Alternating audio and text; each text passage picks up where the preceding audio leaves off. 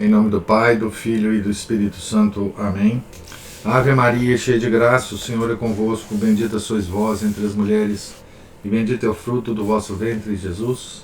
Santa Maria, Mãe de Deus, rogai por nós, pecadores, agora e na hora de nossa morte. Amém. São José, rogai por nós. São Felipe Neri, rogai por nós. Nossa Senhora de Fátima, rogai por nós. Em nome do Pai, do Filho e do Espírito Santo. Amém. Bom dia a todos. Nós estamos aqui na página 216 da biografia de São Pedro Apóstolo, escrita por William Thomas Walsh. Nós tínhamos então acabado de ler o seguinte: e sereis odiados por todas as gentes por causa do meu nome, repetiu ele, como que falando aos cristãos dos derradeiros dias, e muitos sucumbirão, e um entregará o outro, e se odiarão mutuamente.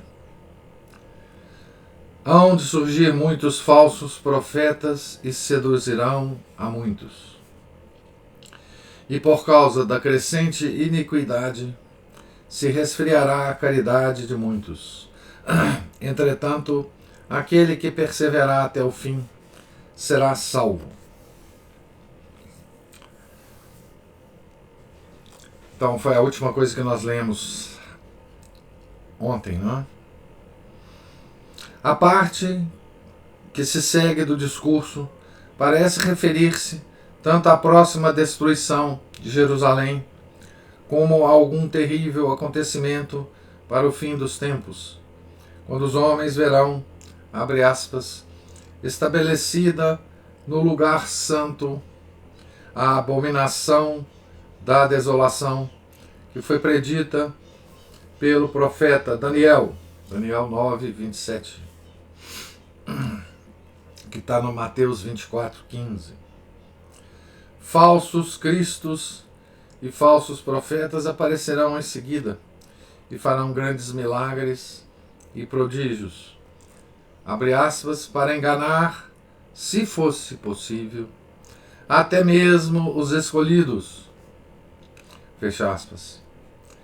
Mas os fiéis não deverão segui-los, abre aspas, porque assim como o relâmpago parte do Oriente e ilumina até o Ocidente, assim será também a volta do Filho do Homem, fecha aspas.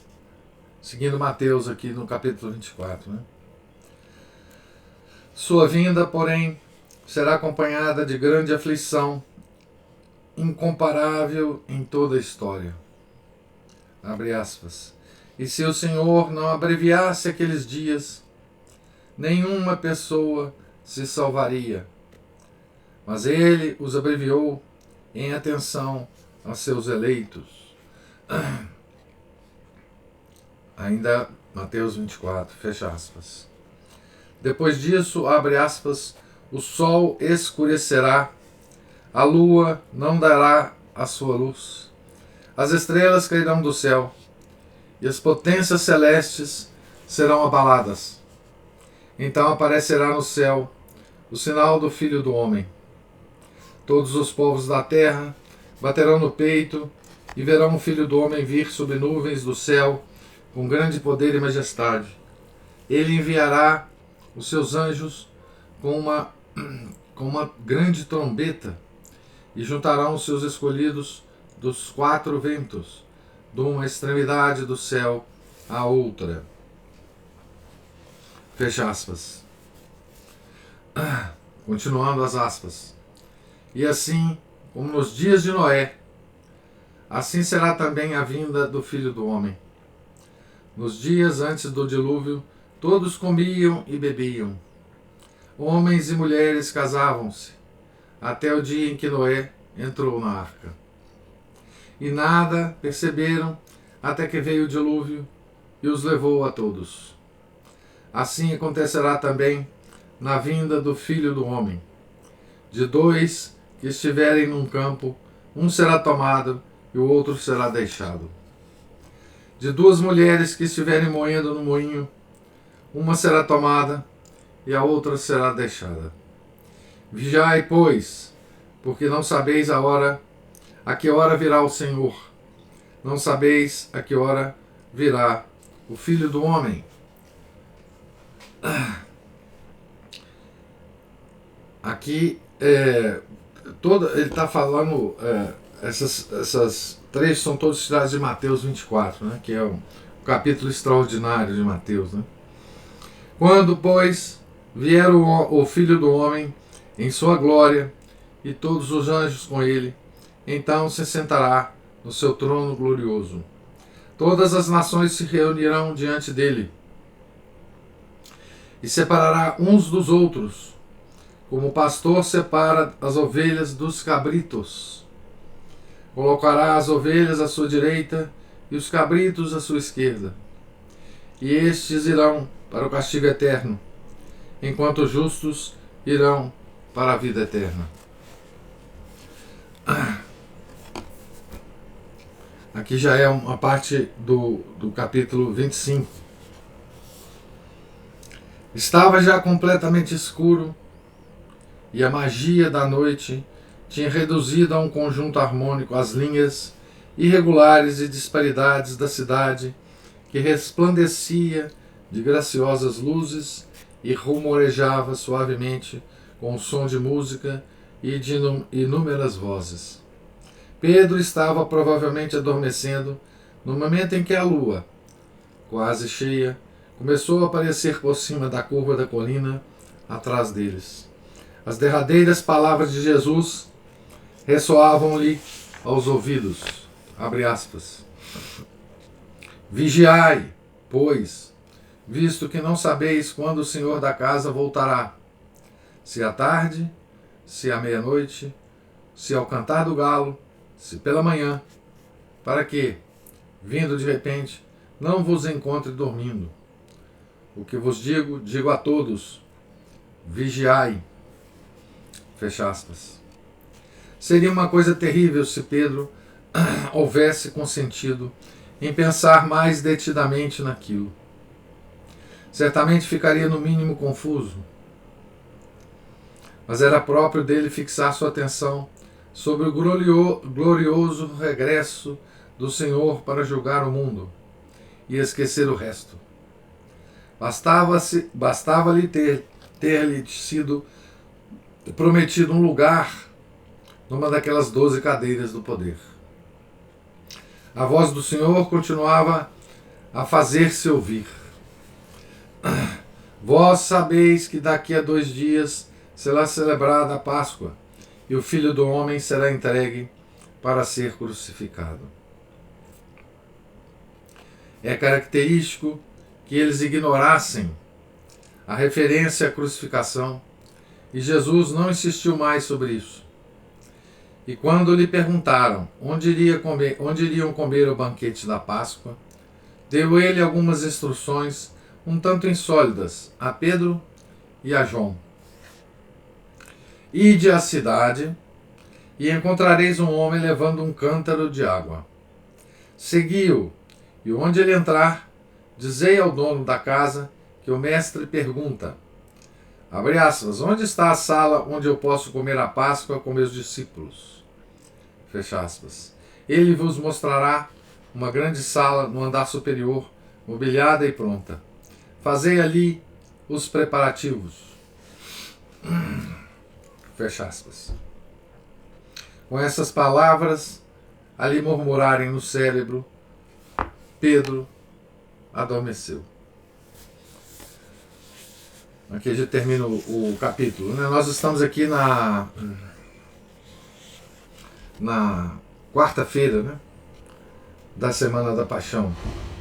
Então, esse discurso do fim dos tempos, essas profecias de Nosso Senhor, então veja, essas profecias são do Verbo encarnado enquanto estava encarnado, né? Não é nenhuma revelação especial a nenhum santo, né? São as próprias palavras de Nosso Senhor para os discípulos, né? E aqui tem várias, enfim, características isso, né? Primeiro, ele esse capítulo ele alterna, né? Profecias sobre Jerusalém, sobre a destruição de Jerusalém e sobre o fim dos tempos, né? Então é preciso, em todo o texto profético, né? É preciso muito cuidado, né? É preciso, sobretudo, ler as interpretações que a própria igreja dá, né, dessas palavras e sobretudo, ler a Catena Áurea, né, de Santo Tomás de Aquino, para entender isso aqui. Mas muitas dessas expressões, né, são muito usadas hoje por aqueles que acham que o fim do mundo está próximo, né? Em todas as épocas, depois desse acontecimento extraordinário da encarnação do Verbo, em todas as épocas, teve gente que pensou que o fim do mundo estava próximo, né? Eu sempre lembro de alguém muito mais sábio que nós, que na época dele pensou também que o fim do mundo estava próximo, que foi Santo Agostinho, né? No século V, quando ele observava a queda do Império Romano, né? Então, ninguém sabe, né, quando é que isso vai ocorrer, né? Mas existem certas expressões aqui que são faladas atualmente, né, por essas pessoas que tentam fazer uma análise, enfim, do Apocalipse e das profecias, né? Uma delas é essa expressão, a abominação da desolação, que será estabelecida no lugar santo, né?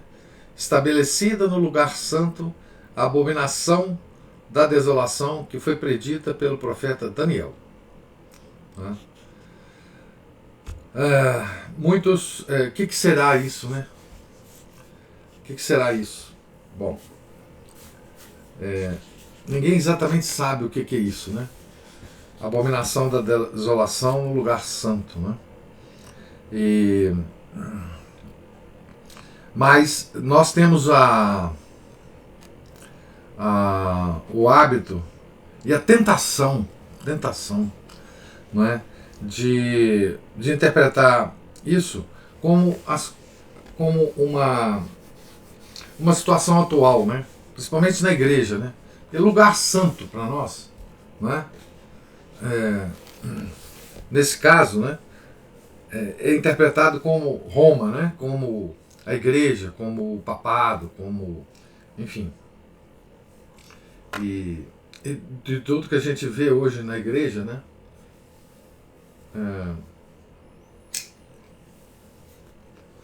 nós temos essa tendência, né, e às vezes com bons argumentos, né, de achar que essa fase já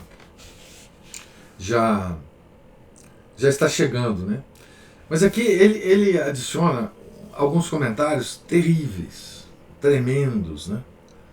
Assim, por exemplo, né? Bom, ele fala dos falsos cristos, falsos profetas, né? E isso São Paulo também fala, São João fala, enfim. Mas ele fala assim, se para enganar, né, aparecerão os falsos cristos e falsos profetas, para enganar, se fosse possível, até mesmo os escolhidos, os justos, os santos, né? Então, a força desses falsos cristos e falsos profetas é muito grande, né? Possível de enganar, né? Para enganar, se fosse possível, não é possível, mas se fosse possível, até mesmo os escolhidos. Então, esse pessoal vai ter muita força, não é? De sedução, né? Então, outra coisa que ele fala, terrível, tremenda, né? Que é o seguinte: se o Senhor não abreviasse aqueles dias, nenhuma pessoa se salvaria, mas ele os abreviou em atenção aos seus eleitos. Então, vai chegar um momento em que o fim do mundo chegará para abreviar a bagunça, para abreviar a confusão. Porque se não for abreviada, até os eleitos se perderão. Então isso é uma coisa tremenda, né? Isso é uma coisa catastrófica, né? É um cataclisma. E a gente pode, todas essas imagens tremendas que Nosso Senhor lança aqui, são imagens que a gente pode e deve manter na nossa mente, não é? Com todo aquele cuidado de não ficar tentando interpretar as profecias para coisas mais comezinhas, mas que há nesses final dos tempos coisas tremendas que irão acontecer, não há a menor dúvida, não é? Haverão coisas tremendas acontecendo, né? Na sociedade humana, né? Na sociedade humana. E ele está falando isso como, digamos assim, as últimas mensagens que ele está nos dando antes da paixão. O que também é muito significativo, né? Quer dizer, isso aí é, digamos assim, o que ele queria nos deixar como alertas antes da consumação da sua missão de Deus encarnado, né? Isso na quarta-feira da semana da Paixão, né? Então, capítulo 19. Pedro e João foram à cidade na quarta-feira de manhã e encontraram tudo como Jesus lhes tinha dito. Então, desculpe, esse discurso foi na terça, né? Então, aquelas instruções para conseguir aquele espaço, aquela sala, né? Para fazer a instituição da Eucaristia, né? Vai ser nessa sala que será instituída a Eucaristia, né? Na quinta-feira à noite. Encontraram tudo como Jesus lhes tinha dito. Quase imediatamente encontraram um homem, provavelmente um servo, com um cântaro de barro no ombro.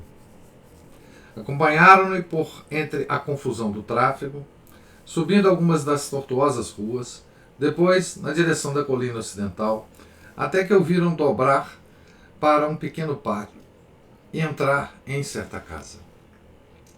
Batendo ali e dando o recado que traziam, deixaram-nos entrar. Talvez fosse a residência de Nicodemos, ou de algum parente ou discípulo do Senhor. Mais provavelmente pertencia à mãe de João Marcos, jovem amigo de Jesus. Aqui, quando ele fala de João Marcos, ele faz uma referência a Atos, capítulo 12, versículo 12. Seguindo o dono da casa, que subia pela escada exterior, os dois pescadores penetraram numa larga sala que continha uma mesa de bom tamanho para a finalidade em vista, com leitos de tapeçaria nos 3 lados. Havia algumas ricas lâmpadas de bronze, sobriamente modeladas, sem imagens e com poucos ornamentos, tapetes de boa qualidade trazidos do Oriente. Em uma das paredes, 2 espadas, lembrança, talvez, da parte que aquela família havia desempenhado na Guerra dos Macabeus. Especialmente este último item, podemos estar certos, chamou a atenção de Simão Pedro. Nada se adequaria melhor a seu estado de espírito do que agarrar uma dessas espadas com seu punho musculoso e expulsar os romanos de Jerusalém para sempre. Fazendo seu mestre sentar, no trono de Davi. Enquanto isso, seu anfitrião dava instruções a seus servos no sentido de prepararem uma ceia para 13 pessoas e garantiu aos visitantes que tudo estaria pronto quando eles e seu mestre chegassem. Pedro e João não eram os únicos apóstolos que se achavam na cidade naquele dia. No mesmo instante em que saíram da casa na colina e trataram de regressar ao distrito comercial, é possível que quase tenham trombado um dos seus irmãos que se dirigia ao palácio do sumo sacerdote, a pouco mais de uma pedrada de distância do lugar onde haviam estado, pois Judas Iscariotes, depois de 4 dias meditando sobre a humilhação sofrida no jantar em Betânia, tinha afinal resolvido o conflito de sua alma com uma decisão terrível. Durante o ano inteiro estivera a combater uma batalha perdida para conservar seu amor natural e sua lealdade a Jesus, sem o auxílio da fé sobrenatural que havia rejeitado na sinagoga de Cafarnaum. De modo que estava à mercê de um inimigo invisível, com mais recursos do que os naturais. E esse inimigo o havia submergido de tentação em tentação, até que se viu presa de tal cegueira que a ela seria preferível quase qualquer outro estado de espírito. O Sermão da Montanha tinha significado tão pouco para ele como para muitos que hoje se dizem cristãos. A morte de João Batista, a recusa do Senhor em deixar-se coroar rei, sua misteriosa resposta ao pedido de um sinal e, finalmente, seu encorajamento à extravagância daquela tola mulher em Betânia, tudo isso poderia ter sido esquecido se pelo menos ele, Jesus, houvesse tirado vantagem da oportunidade que lhe tinha sido proporcionada no domingo de Ramos. Naquele dia, e nos 2 que se lhe seguiram, havia Judas ficado suspenso de cada palavra e cada ato de Jesus. Não se deixara dominar pelo que pareciam vitórias suas. Por mais esplendorosas que fossem, eram verbais e insubstanciais. Além disso, o último apelo e as chorosas palavras depois da dilacerante censura da noite de terça-feira eram os de um homem derrotado e abatido, e não os do régio Messias que Judas estivera esperando. Olha que coisa impressionante, né? Judas esperava, então, depois do domingo de Ramos, que Nosso Senhor usasse aquele júbilo popular, aquela manifestação popular, para justamente, usando esse sentimento do povo, usando o povo, né, como a democracia usa o povo, né, como a Revolução Francesa usou o povo, justamente para mobilizá-lo e para que ele assumisse, então, o poder temporal. Né? Então, naquele momento, Judas estava esperando então que Jesus entrasse triunfalmente no templo, depusesse aquele pessoal todo do templo e começasse uma guerra contra os romanos. Simplesmente isso. Né? Declarasse uma guerra aos romanos e libertasse o povo de Israel. Né? Então, para Judas e para qualquer democrata moderno, né, é bom que se diga,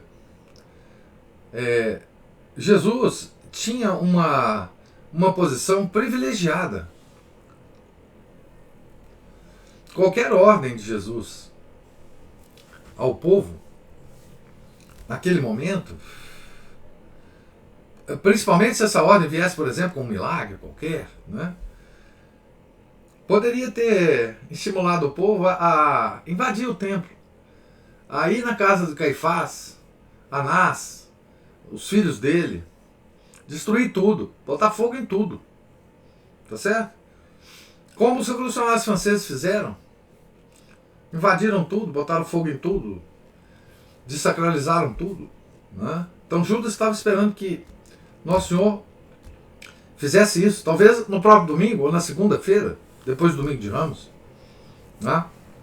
Depois, tudo que Judas passou com Nosso Senhor, né? Tudo que ele fez ao longo dos 3 anos, né?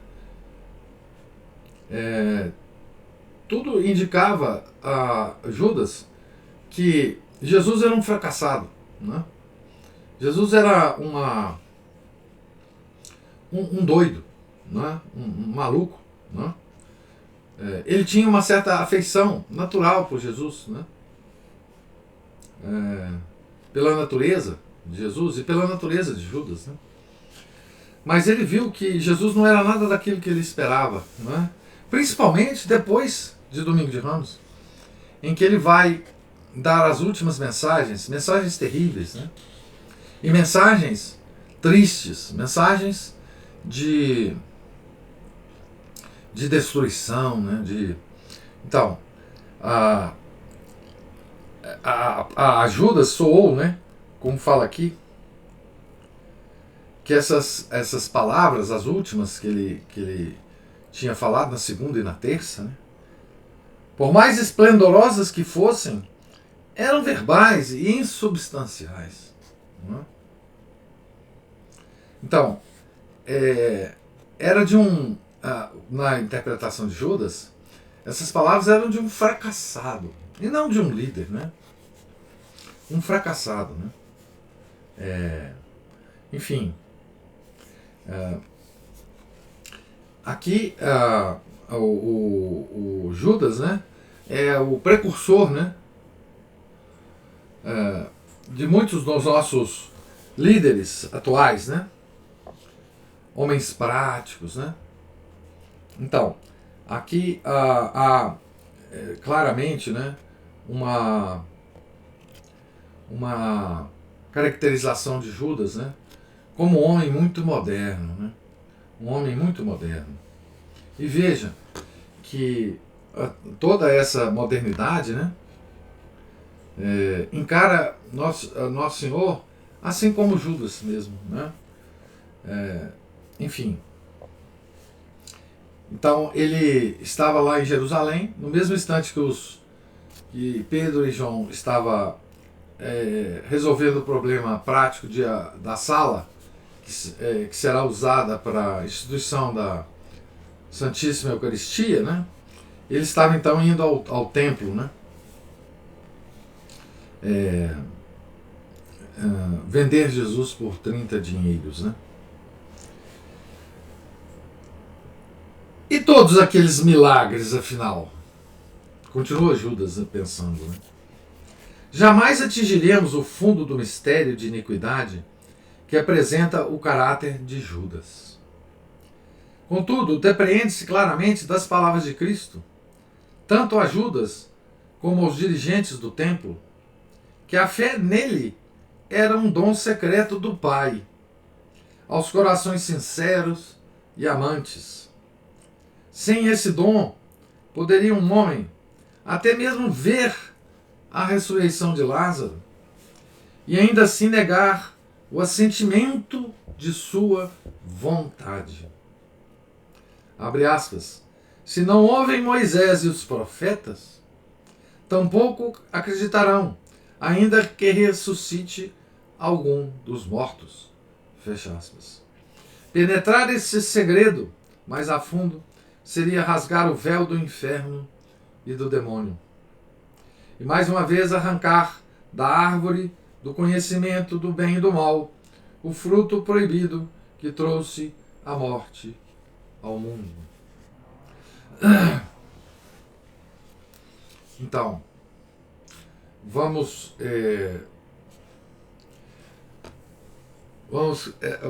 pensar o seguinte aqui a respeito disso, né? Dos milagres, né? Dos milagres. Hoje no mundo, Nós temos milagres permanentes, acontecendo permanentemente, não é?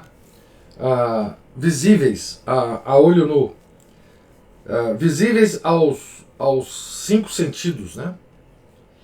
Então, por exemplo, eu acho que a coisa mais evidente que tem no mundo hoje para as pessoas verem, né? As pessoas do mundo inteiro verem, são exatamente os corpos incorruptos dos santos. Né?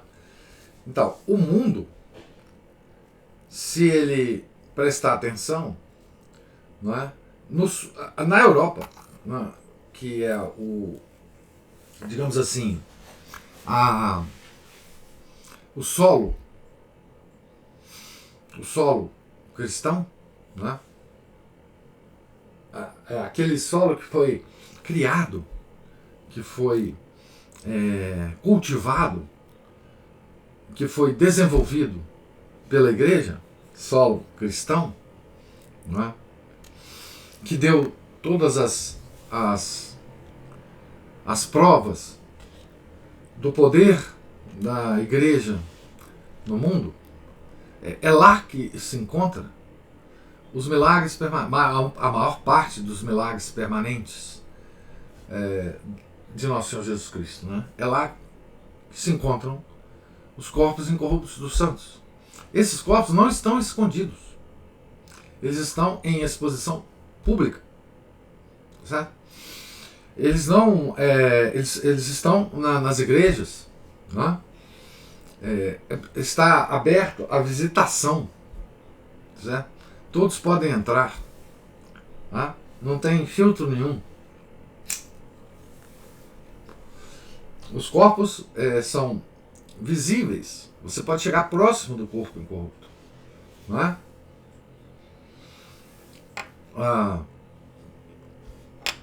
Santa Rita de Cássia, que morreu no século XV, está lá. Não é? Enfim, milhares de corpos incorruptos. Além disso, tem um milagre permanente, em vários locais, das hóstias que sangram.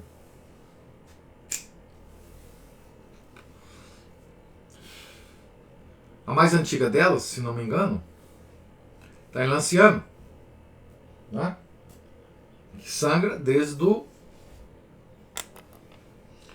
o século VIII. Está lá em Lanciano. Né?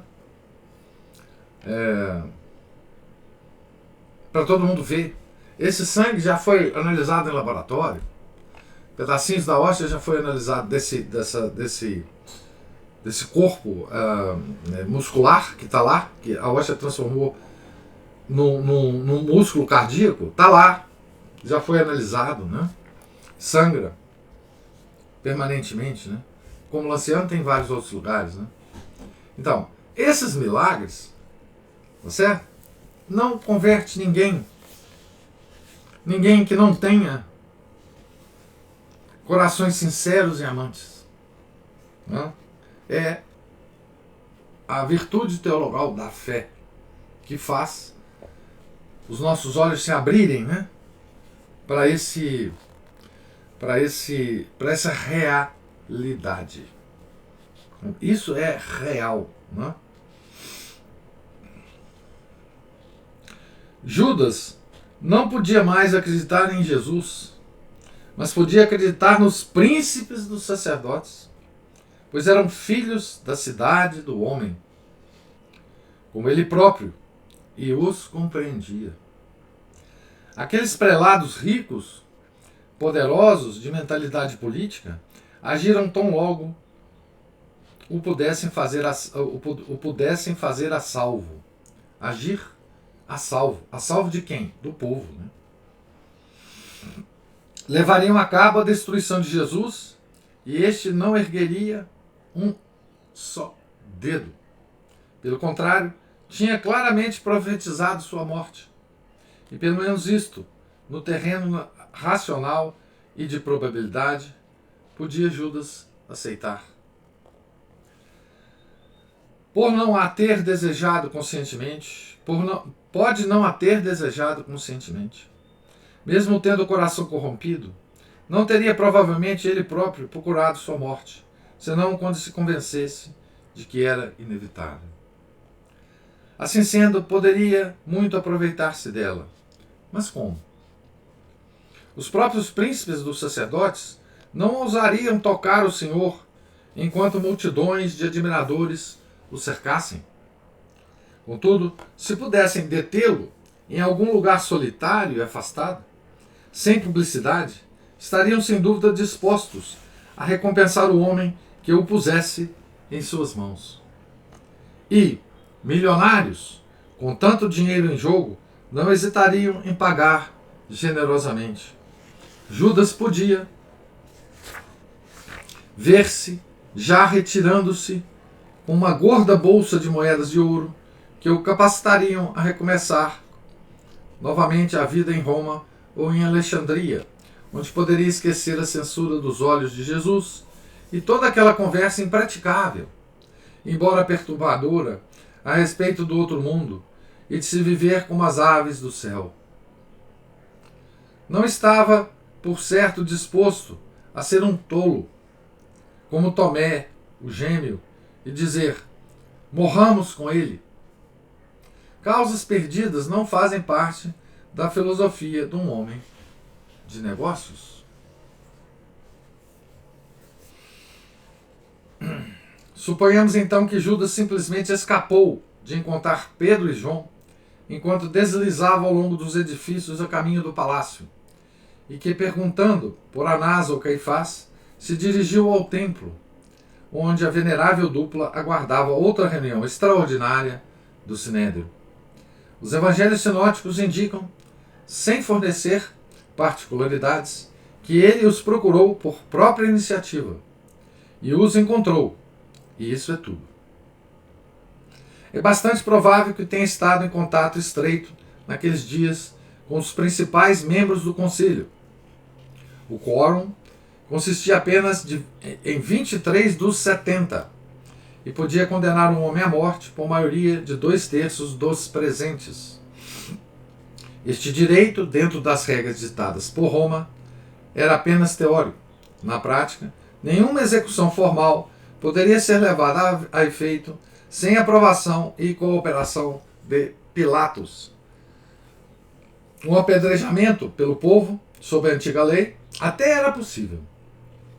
Mas no presente caso, não se podia depender da população, e a tentativa de condenação corria o risco de tornar-se perigosa.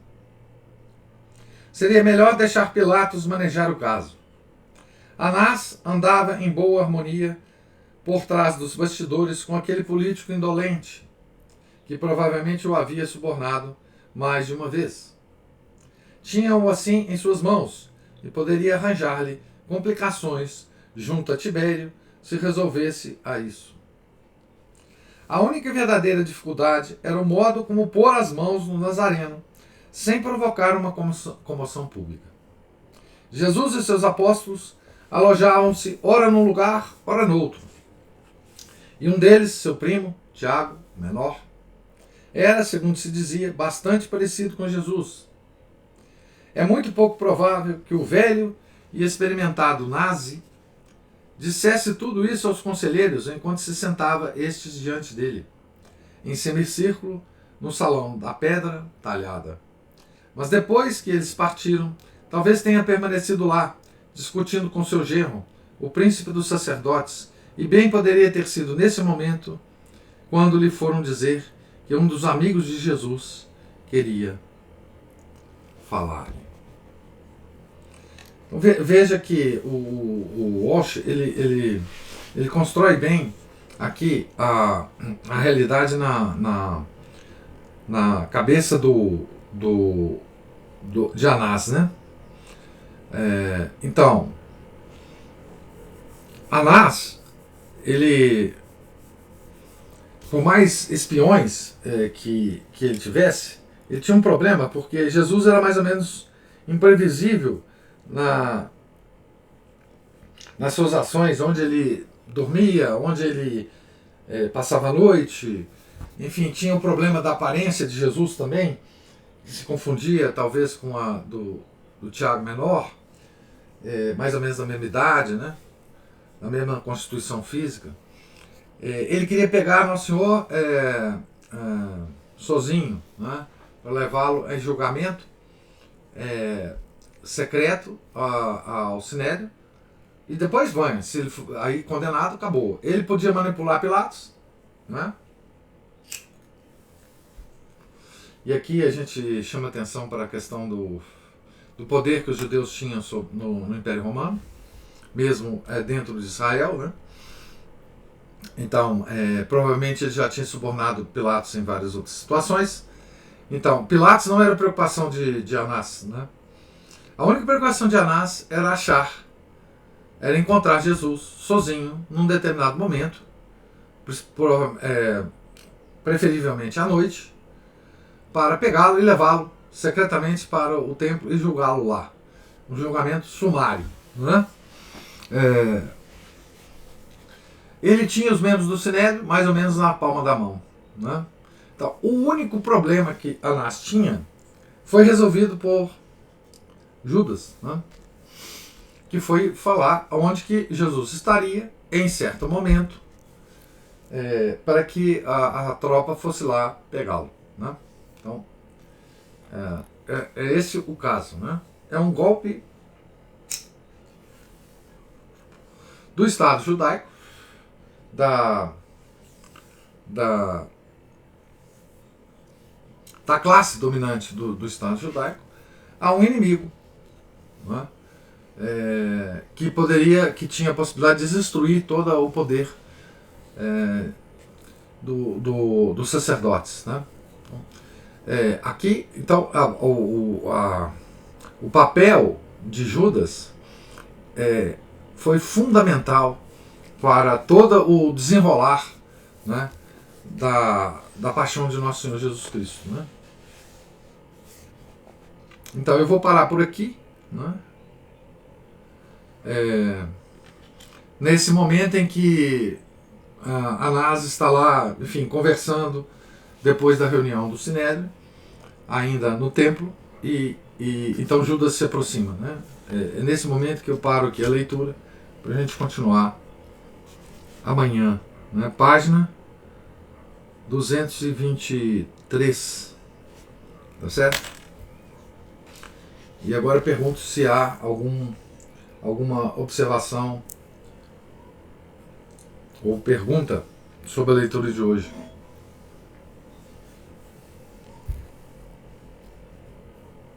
Professor, Sim. a primeira parte da leitura, eu fiquei pensando, que veio à cabeça muito forte, assim, a respeito da perseverança. Como que é difícil manter a perseverança, né? E que a gente não deve tentar adivinhar o futuro para não esmorecer ainda mais nessa perseverança. Porque as notícias que a gente vê são horrorosas, né? E elas vão nos deixando ansiosos.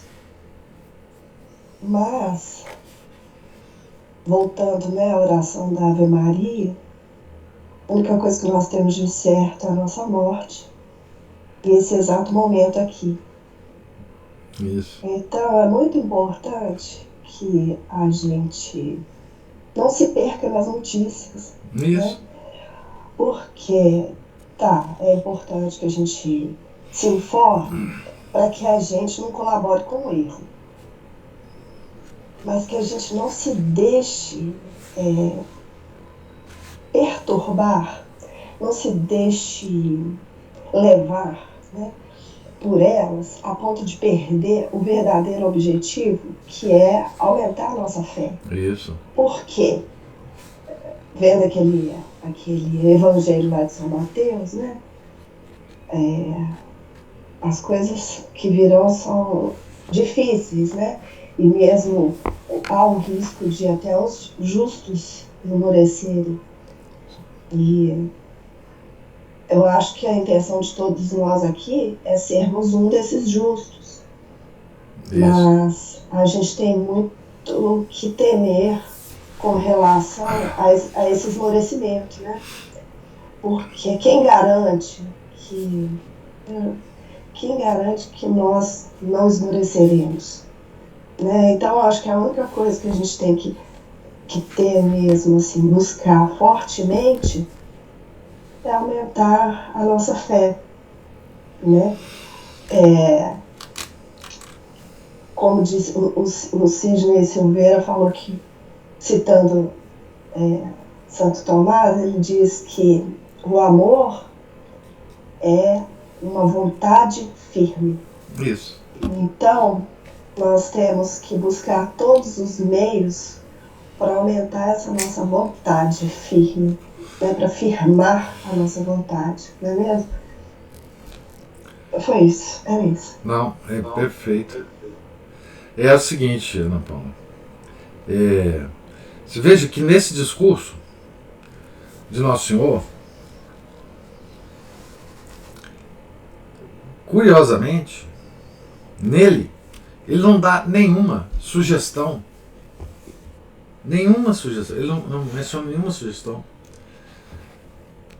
a respeito do que nós devíamos fazer, ou deveríamos fazer, nesses tempos. Ele não fala assim, olha, vai ocorrer isso, isso, isso, mas vocês que não querem se perder, façam isso, isso, isso. Façam isso, isso, isso. Ele não fala isso.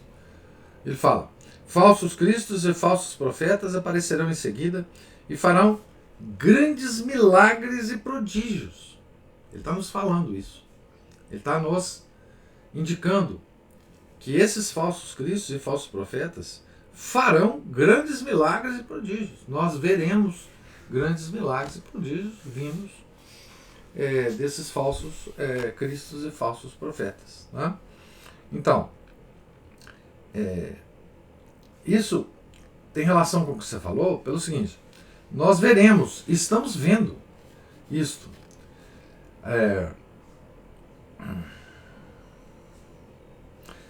Mas, e aqui nós temos que ter uma coisa chamada discernimento dos espíritos. Né? Que isso só esse discernimento chega até nós através da fé. Né? Porque a fé, uma coisa característica da fé é que ela abre os olhos. Tem uma expressão muito metafórica, muito forte, que é a lumen fidei, a luz da fé. Então, ela ilumina, né? Ela nos ilumina, certo? Então, o que são esses falsos cristos e falsos, falsos cristos e falsos profetas? Que farão grandes milagres e prodígios. Que é isso, né? Bom, você pode dizer que são, de fato, magos, né? São os magos. Aqueles homens que, enfim, produzem alterações na natureza, né? Tá certo? Pode ser. Não é? Pode ser a ciência moderna. A ciência moderna, ela faz milagre, não é isso? Então, nós estamos a um passo de adorar esses falsos cristos e falsos profetas. A um passo. É muito fácil adorá-los. Esses ídolos, né? O que nos mantém afastados disso é a nossa fé, não é?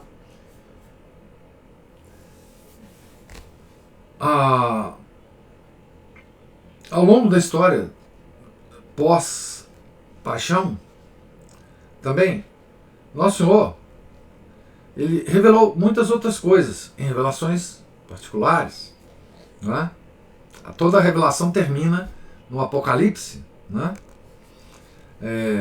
Não existe mais revelação depois do Apocalipse. Né? Então, o que muita gente hoje na igreja, muita gente graduada na igreja, nega que a revelação ela tem acabado com o Apocalipse de São João, né? Para muitos modernistas a revelação continua, né? Mas ela acabou, né? Mas Nosso Senhor e Nossa Senhora têm aparecido e têm nos revelado muitas coisas, muitas dicas para nós tratarmos o fim dos tempos, né? Então, a última grande revelação foi Fátima. Fátima, Nossa Senhora fala que é o último recurso que Deus está oferecendo ao homem. Para quê? Para nós não acreditarmos em falsos cristos e falsos profetas. E a sugestão, o guiamento que Nossa Senhora faz em Fátima é o mais simples possível, né? Porque a manutenção da nossa fé, ela só se dá na oração. Então ela nos dá o terço. Ela nos dá o terço, não. Porque ela já tinha dado o terço. Ela enfatiza a importância do terço, né? Na nossa vida. Então, um homem que não tenha uma vida de oração regular, não precisa ser extraordinário, né? Ele está muito mais tendendo a cair na lábia dos falsos profetas e falsos cristos do que um que mantenha a sua vida de oração regular, não é isso? Então, a única forma que nós temos para lutar contra isso tudo, embora não fosse revelado aqui por Nosso Senhor nesse capítulo 24, 25 de Mateus, é uma vida de oração regular, não é? Para nós, pobres, mortais, leigos, sem autoridade eclesiástica nenhuma, a única coisa que nós temos que fazer é isso, não é? E outra coisa que se chamou a atenção, muito importante, é que é o seguinte: ao invés de preocuparmos com o fim do mundo, com o final dos tempos, preocupemos nós com o final dos tempos para cada um de nós. Nós vamos morrer, muito provavelmente, antes do fim do mundo, né? Então, o final para nós, ele está muito mais próximo do que o final do mundo. Então, esta preocupação escatológica não é uma preocupação importante para nós agora, tá certo? Eu nunca fui atraído pessoalmente por esse raciocínio de fim do mundo, apocalipse, etc, etc, etc. Né? Porque eu sei que o meu fim do mundo está muito mais próximo. Né? No caso meu, por causa da idade, mas ninguém sabe quando vai morrer. Né? Nós podemos morrer muito, muito antes da idade, digamos, madura ou na velhice. Né? Então, o que eu acho que a gente tem que preocupar, como você disse, né, é que na hora da nossa morte, não é, nós tenhamos mantido, naquele momento principalmente, a nossa fé. Então nós temos que guardar isso com muito carinho, que é a fé até a nossa morte. Porque daí para frente, tá certo? O mundo vai desaparecer para nós. Nosso destino vai estar entre nossa alma e nosso Senhor Jesus Cristo no juízo particular. E daí para frente, acabou. Né? O que vai acontecer com o mundo, ele fica muito pouco importante para nós nesse momento, né? Porque o nosso destino pessoal vai ser determinado ali, né? Então, eu acho que esse momento é tão terrível, se você pensar nele direitinho, o momento da nossa morte, que frente a isso, esse negócio do fim do mundo, ele fica como que quase que um sonho, quase que uma coisa nebulosa, brumosa. O que nós temos que ter é o seguinte: viver como se o fim do mundo estivesse próximo, como se os falsos profetas já estivessem aí, e na nossa tentativa e esforço para não cair na lábia dos falsos profetas, não adorar falsos deuses, né? Não adorar essa turba de gente famosa que está por aí, não adorar os anticristos que já estão por aí, né? Miniaturas de anticristos, né? Porque já existem, isso não nós já estamos vivendo esses tempos. Agora, quanto tempo vai levar esses tempos até o fim do mundo? Ninguém sabe, né? Ninguém sabe, mas o nosso destino pessoal está traçado. Nós vamos ter um fim, e nesse fim nós vamos passar pelo juízo particular, né? Se eu vou passar pelo juízo particular primeiro, eu preciso preocupar com ele, não com o juízo final, o julgamento final. Porque se eu me safar pela misericórdia de Deus, se eu for salvo no juízo final, no juízo particular, eu vou estar no juízo final do lado das ovelhas e não dos cabritos, né? Eu preciso ser ovelha e não cabrito. Enfim, mas isso eu vou decidir na hora que eu morrer. Quer dizer, Nosso Senhor vai decidir na hora que eu morrer, né? Pelo que eu estou fazendo e pelo que eu fizer até naquele momento. Então, é a única preocupação que nós temos que ter, né? Enfim, essa decisão só depende da gente, né? Agora, a decisão do mundo, o que vai acontecer com ele, quantos falsos profetas vão existir, quantas pessoas eles vão iludir, bom, isso eu não sei, né? E não tem menor controle sobre isso, né? Mas o controle sobre a minha vida de oração, sobre a manutenção da minha fé, das virtudes teologais, eu tenho. Então eu só posso preocupar com isso agora. Todos nós devemos se preocupar com isso agora, né?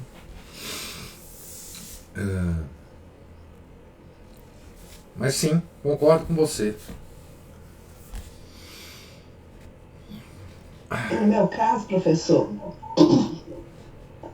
eu treino a minha perseverança, a fraca perseverança, em coisas pequenas, assim.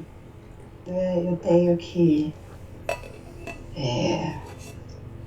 levantar cedo para poder rezar, eu tenho que trocar um momento de descanso, e ao invés disso, eu vou me contrariando, entendeu?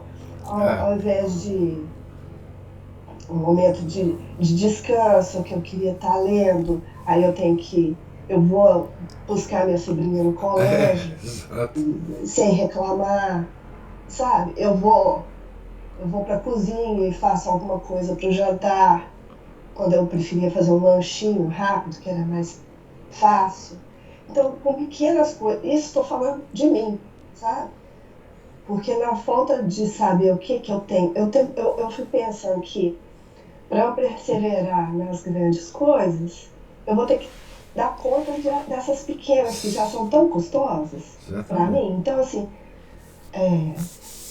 eu tenho que ir treinando nisso, sabe? Igual musculação, você começa com um peso pequeno, depois vai aumentando. Isso. Eu penso assim, sabe? Não, é assim que deve pensar mesmo, né? Que todos nós devemos pensar. Nós devemos tratar a nossa natureza humana com muito desprezo, mas começando pelas coisas pequenas, né? Ninguém vai conseguir atingir coisas grandes, mesmo no final da vida. Só atinge essas coisas grandes almas escolhidas por Deus, como exemplo para todos nós, né? Nossa vidinha miserável, ela tem que ser passada assim mesmo, né? Com coisas pequenas, né? Com escolhas pequenas, com escolhas entre coisas lícitas, as que menos nos agrada, né? Nós temos que recusar a nossa natureza humana certos prazeres lícitos. Não estou dizendo os ilícitos sempre tem, mas certos prazeres lícitos, não é? para quando a gente se defrontar com um prazer ilícito, a gente ter a força para recusá-lo também, né? Então, assim, isso é o centro da penitência permanente, né? Porque a gente, quando pensa em penitência, a gente pensa em grandes coisas. As grandes coisas, talvez a gente seja até capaz de fazer, não é? Porque sempre o amor próprio está envolvido nessas grandes coisas que a gente consegue fazer, né? As pequenas não. As pequenas, elas são feitas sem a interferência do amor próprio, né? Porque, primeiro, as pequenas você faz sem ninguém saber, né? Então não tem aquele incentivo ao amor próprio, né? Segundo, elas são proporcionadas à nossa fraqueza. Então, é como você disse, é uma espécie de musculação espiritual, né? Nós estamos levantando pequenos pesos. Nós estamos lutando contra, como diz São Paulo, né? Contra o velho homem, né? Nós estamos, na expressão de São Paulo também, crucificando o velho homem. Crucificando o velho homem, né? Isso é uma prática, porque a nossa religião é prática, né? Isso é uma prática que, como diz Santo Afonso, São Francisco de Sales, isso é uma prática de amor a Deus. Prática de amor a Deus. Tá certo? Usar a nossa vontade para nos aproximarmos cada vez mais da vontade de Deus. Quando você pensa vontade de Deus, o que é isso? O que é a vontade de Deus? Onde que aparece essa vontade de Deus na nossa vida? Não é? Na nossa vida prática. Nisso. Nas pequenas coisas. A vontade de Deus não é coisa extraordinária. Ela aparece nas pequenas coisas, né? A vontade de Deus não tem nada de extraordinário. Ela não chama atenção. Deus é muito delicado. Então, nós temos que também ser perseverantes nesse aspecto, né?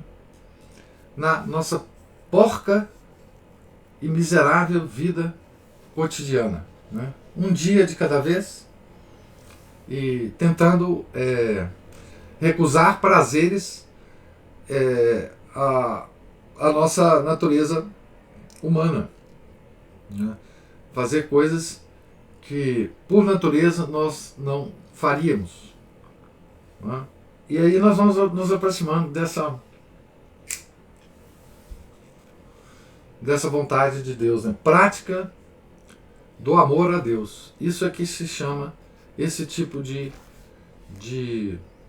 ascetismo. Isso é uma espécie de ascetismo para o homem normal, né?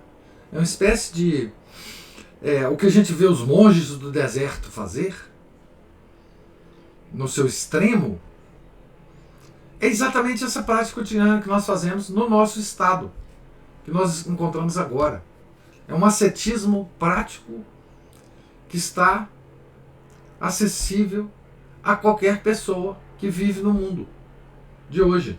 De hoje. Não é de antigamente, não é da Idade Média. Nós não vivemos na Idade Média. A prática do amor a Deus, prática do ascetismo católico, né? É uma espécie de regra monástica para o homem normal que vive no mundo, né? É uma, digamos assim, uma extensão das melhores regras monásticas que já existiram, né, para a nossa vida cotidiana, sem chamar atenção, né? Sem chamar atenção, inclusive, do nosso amor próprio, né? Sem chamar atenção de ninguém, para que a gente não alimente o nosso amor próprio, né? Essa coisa corrosiva, né, do nosso amor próprio. Mas é isso, é isso que nós temos que fazer, Ana Paula. Todos nós temos que seguir esse caminho que você segue, enfim. Vamos ter várias vezes, vamos sair várias vezes desse caminho, né? Vamos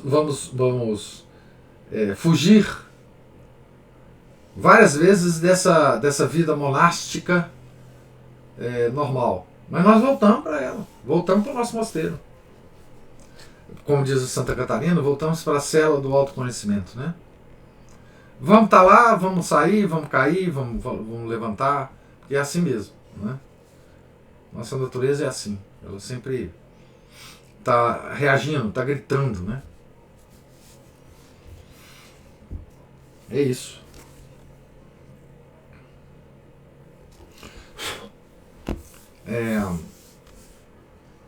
Alguma outra observação? Então, nós estamos aqui na página 223. Aqui na traição de Judas, né? Continuaremos, se Deus quiser, amanhã a leitura. Deus lhes pague a presença, a paciência, as observações.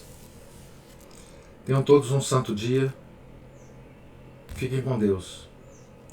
Em nome do Pai, do Filho e do Espírito Santo. Amém. Ave Maria, cheia de graça, o Senhor é convosco. Bendita sois vós entre as mulheres, e bendito é o fruto do vosso ventre, Jesus. Santa Maria, Mãe de Deus, rogai por nós, pecadores, agora e na hora de nossa morte. Amém. São José, rogai por nós. São Felipe Neri, rogai por nós. São Pedro Apóstolo, rogai por nós. Nossa Senhora de Fátima, rogai por nós. Em nome do Pai, do Filho e do Espírito Santo. Amém.